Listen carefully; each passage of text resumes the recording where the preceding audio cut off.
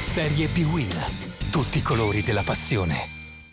13ª giornata della Serie B-Win, al Francossola arriva un Cittadella rinfrancato da 6 punti consecutivi, ancora penultimo però in classifica. Il Varese, dopo aver sconfitto Triestina e Vicenza, si trova nelle zone medio-alte della graduatoria e punta velatamente alla zona play-off, anche se l'obiettivo dichiarato resta la salvezza. Al quinto minuto parte forte la squadra di Sannino su corner, in area si butta dentro Pesoli che non trova l'aggancio col pallone, forse trattenuto da Manucci. Pesoli tra l'altro diventato papà in settimana del piccolo Damiano. Al decimo Willy Osugi, nigeriano cresciuto nelle giovanili del Milan, prova la bomba da lontano. Villanova non si fida e va con i pugni.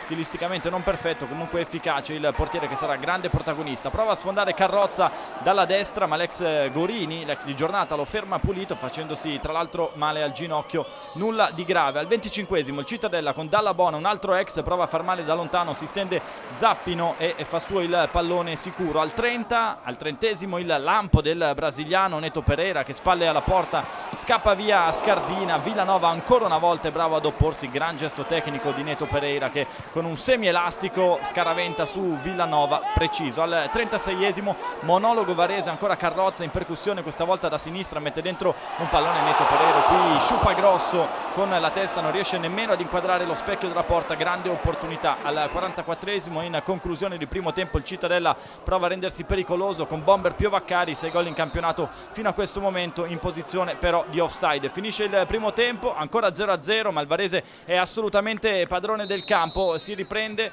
con in avanti ancora una volta il Varese. Il leitmotiv della partita rimane lo stesso, questo cross di Carrozza. Cellini non arriva sul pallone.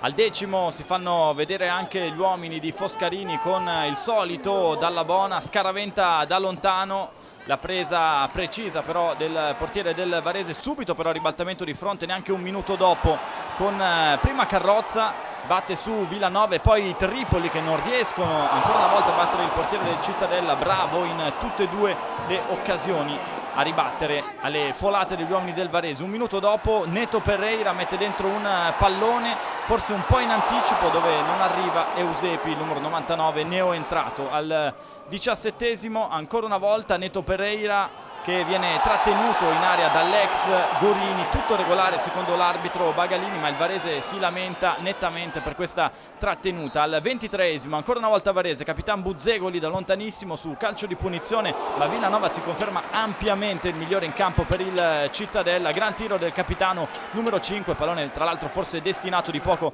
alto sopra la traversa. Al 26 Eusepi, neoentrato al posto di Cellini, si mangia un gol sotto porta e scaraventa in curva per il suo disappunto. Al 30esimo Buzzegoli che innesca in area Neto Pereira, tocca la palla ma è ancora una volta impeccabile Villanova in uscita, chiude tutto, chiude la saracinesca. 7 minuti di recupero, tra l'altro più nulla nell'ultimo quarto d'ora, ma questa è la segnalazione che arriva dal quarto uomo Bolano. Il risultato che poi non cambia più al Francossola di Masnago, quest'ultima uscita in cui si fa male anche il portiere del Cittadella, che se ne va con un buon punto, pochi tiri in porta. Il Varese di Sannino poteva sicuramente fare di più viste le tante occasioni create. I padroni di casa che si portano a 18 punti nella Serie B-Win, a 12 il Cittadella.